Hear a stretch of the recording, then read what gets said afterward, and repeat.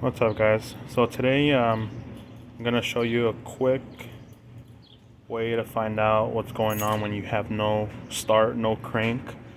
I recently found out that this solenoid right here is not sending signal, so then you'll get something like this.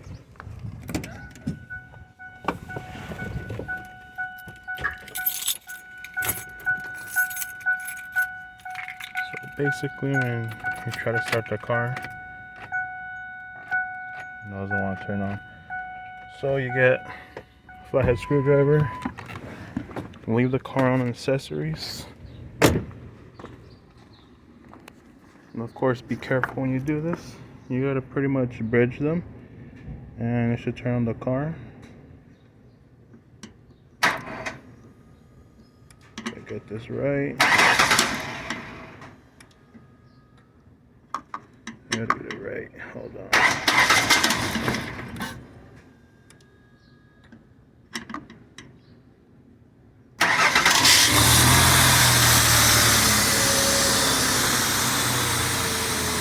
So that means the solenoid's bad.